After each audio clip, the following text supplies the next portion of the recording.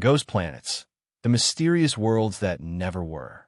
This video journeys through 9 of these ghostly worlds: Theia, Vulcan, lost super-Earths; the Mars Impactor, the supposed asteroid belt planet; Nibiru, Planet X, Tyche, and Nemesis. Each one played a role in the evolving story of planetary science, and each one teaches something about how astronomers think, where they go wrong, and how they ultimately correct course. For most people, the solar system feels like a settled story: 8 planets, a handful of dwarf planets, countless moons, and belts of asteroids and icy debris. Yet the road to that seemingly tidy picture is littered with worlds that turn out to be illusions, misinterpretations, or victims of catastrophic collisions. These are the ghost planets, objects that either never existed as true planets or survived only long enough to leave scars and clues written into the architecture of our cosmic neighborhood. From hypothetical impactors and broken worlds to doomsday conspiracy bodies and invisible stellar companions, ghost planets reveal how science actually works. Bold ideas get proposed, tested, and eventually either strengthened or erased by better evidence.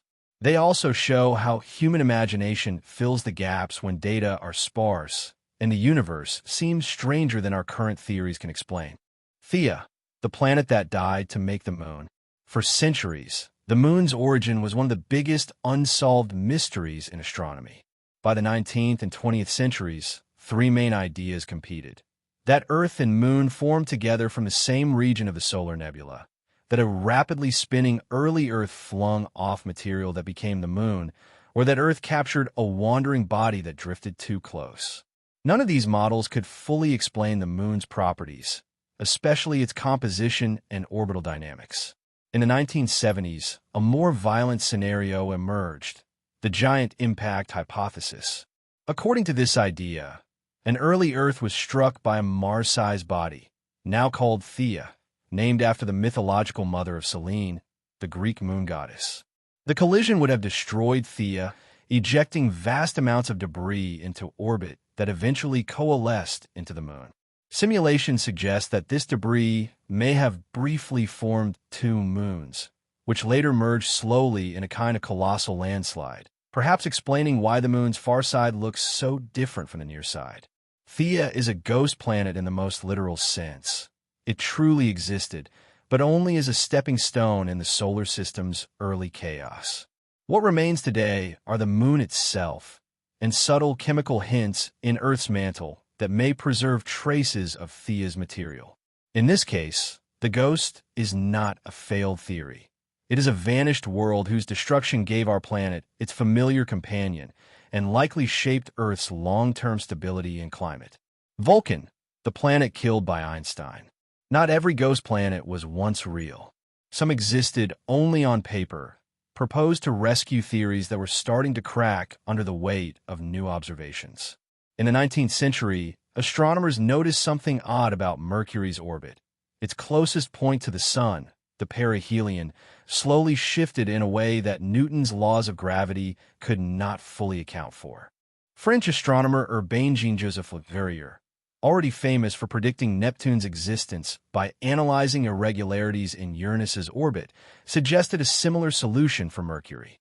He proposed that 1 or more planets, or even a belt of small bodies, orbited even closer to the Sun, tugging on Mercury and causing the unexplained precession.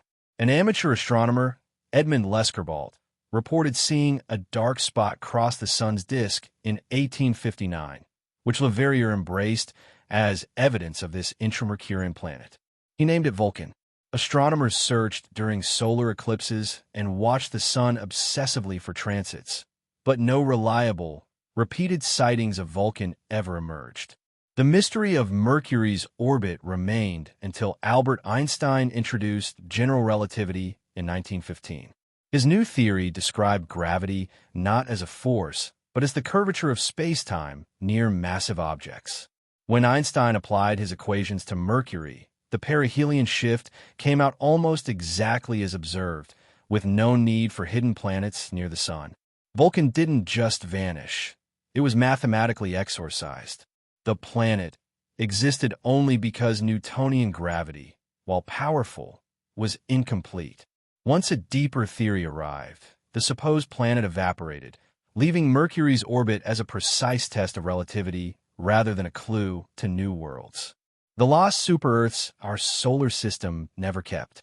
When astronomers began to discover planets around other stars, one category quickly stood out: super-Earths. These are large rocky planets, typically a few to several times Earth's mass, often orbiting very close to their stars with short orbital periods of roughly 100 days or less. Many nearby stellar systems seem to feature these worlds, sometimes packed in tight, hot configurations that look nothing like our own planetary lineup. That raised a natural question. If super-Earths are so common, why doesn't our solar system have any? One leading explanation points to Jupiter. Computer models suggest that early in the solar system's history, Jupiter migrated inward from its birthplace, altering the orbits of rocky material in the inner region. As it moved closer to the Sun, Jupiter's gravity made those orbits more elongated and unstable. If super-Earths had formed close to the Sun, Jupiter's inward journey would have scattered this material, boosting collision rates and sending debris into the Sun over tens of thousands of years. In this scenario, super-Earths in our system never got to live out a quiet, stable existence. They were destroyed or driven inward long before the planets we see today settled into their orbits.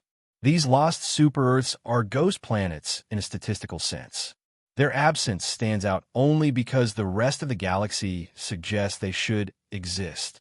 Instead, Jupiter's disruptive history may have erased them, leaving behind a solar system that is oddly calm and sparse in close-in rocky giants compared with many exoplanetary systems. The Mars Impactor, sculpting a planet's two faces. Mars, like the Moon, wears a split personality on its surface. Its southern hemisphere is dominated by ancient, heavily cratered highlands, while the northern hemisphere is smoother and lies about 6 kilometers lower. This stark contrast has long puzzled planetary scientists. One compelling explanation again calls on a ghost impactor, a massive body roughly 3,000 kilometers across that slammed into Mars early in its history. Such a collision could have excavated the planet's northern hemisphere into what is effectively the largest known impact basin in the solar system. The energy released would have reshaped the crust, thinned it in the north, and set the stage for later volcanism and possible ancient oceans in the lower-lying regions. As with Theia, the Mars Impactor no longer exists as a separate world. Its legacy is geometric, a whole hemisphere carved into a vast depression, flanked by volcanic provinces and canyon systems that decorated the planet in the eons that followed. Mars's two-faced nature is thus a kind of planetary autopsy report, pointing back to a violent collision with a now ghostly body, the asteroid belt planet that never formed. In the 18th century, astronomers searching for patterns in planetary distances thought they had found a cosmic rulebook. Prussian astronomer Johann Titius noticed that planetary distances from the Sun seemed to follow a mathematical relationship, later popularized by Johann Bode and known as Bode's law. It fit the 6 known planets well, and even predicted a planet at a distance between Mars and Jupiter. Discovery appeared to validate the pattern. Uranus was found near the predicted distance for a 7th planet in 1781, giving confidence to the law. Then, on January 1st, 1801, Italian priest Giuseppe Piazzi discovered Ceres at about the expected distance between Mars and Jupiter. Soon after, 3 more bodies, Pallas, Juno, and Vesta, were found in the same region.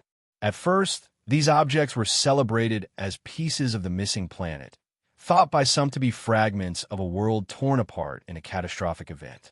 Over time, however, as more such bodies were discovered, astronomers realized they were dealing with an asteroid belt, not the remnants of a shattered planet. The mass of the entire asteroid belt is less than that of Earth's moon, far too little for a previously intact planet. Dynamical studies show that Jupiter's strong gravity likely prevented a large planet from ever forming there in the first place. Here, the ghost planet is a projection created by a mathematical pattern that turned out to be coincidental and incomplete. Bode's law doesn't successfully predict the positions of Neptune or Pluto, and it is now considered more numerology than physics. The missing planet between Mars and Jupiter was never destroyed, it was never born. Nibiru, the internet's favorite doomsday planet. Not all ghost planets come from respectable equations or careful telescope work. Some are born from misread ancient texts, creative reinterpretations, and the powerful amplifier of the internet. Nibiru is perhaps the most infamous example, a supposed rogue planet on a long, looping orbit that periodically invades the inner solar system. Author Zecharia Sitchin claimed in his 1976 book, The 12th Planet, that ancient Sumerian writings described Nibiru, a world that orbits the Sun every 3,600 years, swooping in between Mars and Jupiter at perihelion. In his telling, Nibiru is inhabited by the Anunnaki, who allegedly visited Earth 300,000 years ago to mine gold and engineered humans as a hybrid slave species by mixing their genes with Homo erectus. Decades later, Nancy Lieder asserted that aliens had warned her telepathically of an incoming planet that would pass near Earth, a narrative some listeners merged with Sitchin's Nibiru. Online communities and conspiracy sites adopted Nibiru as a looming threat, sometimes tying it to the end of the Mayan long count calendar on December 21st, 2012. Photos of ordinary astronomical objects were repackaged as evidence that NASA was hiding the truth about the approaching planet. The 2012 date came and went without catastrophe. Astronomers repeatedly pointed out that any large body on a collision or near-pass trajectory through the inner solar system would be easily visible well in advance. A planet on such a highly elongated orbit would also be dynamically unstable, likely ejected from the solar system over time. Even Sitchin himself disagreed with the doomsday interpretation, placing Nibiru's last inter-system encounter in 556 BCE and the next around 2900 CE. Nibiru lives on as a digital ghost, a mashup of pseudoscience, mythology, and anxiety about cosmic disaster. It is a reminder that compelling stories can overpower evidence, at least for a while, when they tap into deep fears and fascination with secret knowledge. Planet X, a real search that came up empty. While Nibiru is rooted in fringe claims, Planet X began as a serious scientific concept. After Neptune's discovery in 1846, astronomers still saw small discrepancies in the motions of the outer planets that seemed to hint at another massive body beyond Neptune. American astronomer Percival Lowell became obsessed with finding this unseen Planet X and spent his career chasing it. Lowell died in 1915 without success, but the search continued at Lowell Observatory. In 1930, Clyde Tombaugh discovered Pluto, a small, distant world that initially looked like it might be the long-sought Planet X. The problem was mass. Pluto turned out to be far too tiny to produce the supposed orbital perturbations. For decades, Planet X's existence remained an open question. The mystery faded with better data. Voyager 2's flyby of Neptune provided a more accurate value for Neptune's mass. When astronomers recalculated planetary motions using this updated number, the discrepancies essentially disappeared. There was no longer a dynamical need for a large, unseen planet. Additional analysis of Pioneer and Voyager spacecraft trajectories as they left the solar system also failed to show signs of any massive, nearby hidden worlds. Infrared all-sky surveys, especially NASA's Wide Field Infrared Survey Explorer, WISE, place strong limits on what could be lurking in the outer dark. WISE data indicate there is no planet as massive as Jupiter out to about 26,000 astronomical units. Those smaller Earth-sized bodies at hundreds of AU remain possible. Planet X, as originally envisioned, a large gas giant accounting for orbital irregularities, is now considered a ghost. Interestingly, some astronomers still discuss a hypothetical Planet 9, a distant world inferred from the orbits of extreme trans-Neptunian objects, but that is a separate, more modern idea with its own ongoing debates. Tyche, the good sister who never showed up. Another proposed ghost of the outer solar system is Tyche, suggested in 1999 by astrophysicists John Matisse, Patrick Whitman, and Daniel Whitmire. They noticed that some long-period comets, those with orbital periods greater than 200 years, seem to have directions that could hint at a gravitational perturber far out in the Oort cloud, a vast sphere of icy objects surrounding the solar system beyond 10,000 Australian dollars. Matisse and colleagues proposed that a giant planet, about 1 to 4 times the mass of Jupiter and nicknamed Tyche, the good sister of Nemesis, might be gently nudging these comets onto new paths that occasionally send them inward. Crucially, they predicted that if Tyche existed, it should be visible in the WISE All-Sky Infrared Survey conducted from 2009 to 2011. WISE completed its mission, and Tyche was nowhere to be found. No such massive object appeared in the data, effectively ruling out a Jupiter-scale planet in the region where Tyche was supposed to reside. With the observational test failed, Tyche joined the ranks of ghost planets, a hypothesis that did exactly what scientific ideas are supposed to do: make a clear prediction, face a decisive test, and then gracefully exit when evidence goes the other way. Nemesis, the dark star of extinction. Few ghostly objects sound as dramatic as Nemesis, a proposed companion star to the Sun. In 1984, paleontologist David Ropp and John Sepkoski reported that mass extinctions on Earth appeared to occur with a rough period of about 26 million years. Two teams of astronomers suggested that such a pattern might be explained by a distant, dim star orbiting the Sun with the same period. In this model, Nemesis would periodically swing through the outer Oort cloud, disturbing swarms of comets and sending showers of them inward. Some of these would hit Earth, triggering mass extinctions, including the impact that likely ended the age of the dinosaurs about 66 million years ago. Nemesis was imagined as a faint red dwarf or even a brown dwarf, hard to detect, yet gravitationally influential. Nearly every aspect of this scenario has been questioned. Many paleontologists do not agree that extinctions are strictly periodic. Astronomers have pointed out that a star on such an enormous, elongated orbit could easily have its path disrupted by other passing stars over billions of years. Most devastatingly, the same type of infrared all-sky surveys that ruled out Tyche and similar objects should have detected any nearby dim stellar companion. No Nemesis-like object has been found. Nemesis now stands as a kind of cosmic urban legend that began as an attempt to tie together galactic dynamics and life's history on Earth.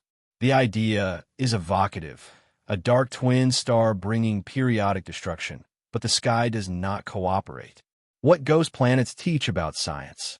Taken together, these ghostly worlds, Theia, Vulcan, lost super-Earths, the Mars impactor, the asteroid belt planet, Nibiru, Planet X, Tyche, and Nemesis, form a shadow solar system of ideas. Some, like Theia and the Mars impactor, are probably real in the sense that they represent actual bodies destroyed in colossal collisions. Others, like Vulcan and the asteroid belt planet, are artifacts of incomplete mathematics and early attempts to find simple patterns in a complex universe. Still others, such as Nibiru, arise from cultural storytelling rather than professional science. What unites them is the way they illuminate the scientific process. Astronomers start with puzzling observations, a shifting orbit, a missing mass, an asymmetric planet. They propose explanations, sometimes involving new, unseen objects. Those explanations make testable predictions about where to look, what surveys should see, or how motion should behave. As data improve, some hypotheses survive and evolve, while others are discarded. The graveyard of ghost planets is not a sign of failure. It is evidence that astronomy is a living discipline, willing to throw away cherished ideas when reality refuses to conform. And every once in a while, something that starts as a ghost, like Theia, turns out to have left real fingerprints on the worlds we know. If you love space mysteries, conspiracy theories debunked with real data, and the strange history of planetary science, watch to the end, hit subscribe, and turn on notifications for more deep dives into the dark side of the cosmos.